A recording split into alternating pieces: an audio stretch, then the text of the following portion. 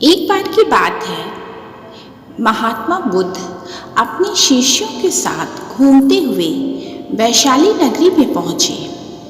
बौद्ध काल में वैशाली का 16 महाजनपदों में बहुत ही महत्वपूर्ण स्थान था, जिसकी ख्याति बहुत दूर दूर तक फैली हुई थी। यह नगरी अपनी परम वैभवशाली और संपन्नता के लिए बहुत ही प्रसिद्ध था। वैशाली में महात्मा बुद्ध के आगमन के साथ ही पूरे नगर में यह बात फैल गई कि महात्मा बुद्ध का वैशाली में आगमन हुआ है। तो जिसे जब भी यह पता चला, उनसे मिलने को बहुत ही उत्सुक हो गया और उनके उपदेश को सुनना बड़ा ही सौभाग्यशाली माना जाता था। बुद्ध का चरित्र ऐसा ही प्रभावशाली था कि उनकी बात सुनने और उनके दर्शन को लोग इच्छुक रहा करते थे। उसी नगर की एक गणिका थी जो राजनर्तकी थी और उसका नाम आम्रपाली था।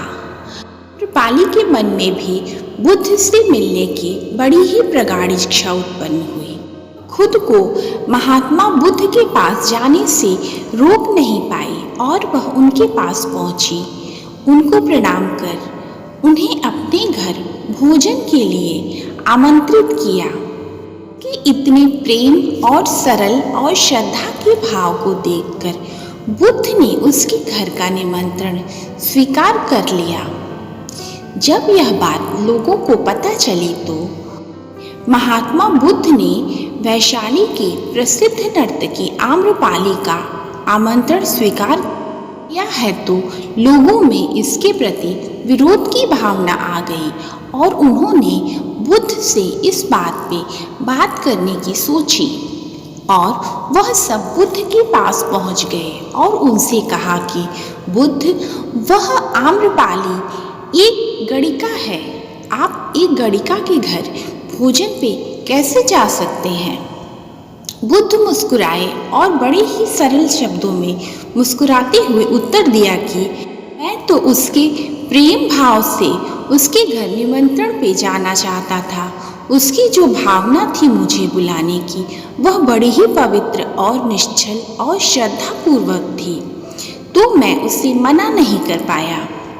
वह जब आज मुझसे मिलने आई थी तो एक गणिका बनकर नहीं आई थी, वह अपने भक्ति भाव के साथ एक श्रद्धालु के रूप में आई थी और उसी श्रद्धा और प्रेम के साथ उसने मुझे अपने घर बुलाया है। वह चाहे कोई वेश्या हो या कोई सन्यासी। भोजन के समय पे बुद्ध आम्रपाली के घर पे पहुंचे। वह पहले से ही बुद्ध की प्रतीक्षा कर रही थी और उसके मन में अनेकों विचार चल रहे थे कि बुद्ध ने मेरा निमंत्रण तो स्वीकार कर लिया है, पर क्या वह मेरे घर आएंगे? ऐसी बहुत सारी बातों और भावनाओं के साथ वह घिरी हुई बुद्ध की प्रतीक्षा कर रही थी। इतने ही देर में बुद्ध का आगमन हुआ। जब उसने बुद्ध को देखा तो वह बड़ी ही प्रसन्न हुई और उसने कहा कि बुद्ध, आप मेरे यहाँ आ गए। मुझे तो लगा कि आप अपनी बात से मुकर जाएंगे और मेरे यहाँ भोजन पे नहीं आएंगे। बुद्ध को देख उसकी प्रसन्नता का कोई ठिकाना ही न रहा। उसने बुद्ध की बड़े ही मनोभाव से और पूरे ही प्रेम से आवभगत की। अपने हाथों से भोजन परोसकर उनको खिलाया। भगवान बुद्ध के शिष्यों ने उनके साथ वह भी आए थे। जब एक वेश्या को, जिसके कदमों में खुद सम्राट बिम्बिसार से लेके अजात शत्रु तक गिरे रहते हैं और उसके चरणों में स्थान चाहते हैं, और वह स्त्री आज खुद बुद्ध के चरणों में स्थान चाहती है, ऐसा सब कुछ देखकर, ऐसे व्यवहार को देख के बुद्ध के शिष्यों के मन में अपने गुरु के प्रति बड़ी ही सम्मान की भावना आई और बुद्ध का सम्मान उनकी दृष्टि में और भी बढ़ गया। इधर आम्रपाली ने महात्मा बुद्ध के व्यक्तित्व से इतना प्रभावित हुई कि वह जैसा उनके बारे में सुना था उससे भी ज़्यादा पाया और वह इतना प्रभावित हुई कि उसने बुद्ध की शरणों में जाने का निश्चय कर लिया और अपनी सारी धन संपत्ति बुद्ध के चरणों में दान दे दी और खुद भिक्षुणी बनने का निर्णय कर लिया। बुद्ध की यह कथा हमें यह बताती है कि जहाँ सच्ची श्रद्धा, प्रेम और भावना होती है, वहाँ अन्य कोई चीज़ मायने नहीं रखती है। प्रेम ही सबसे ऊपर होता है, चाहे वह ईश्वर के लिए हो, चाहे वह मनुष्य के लिए हो।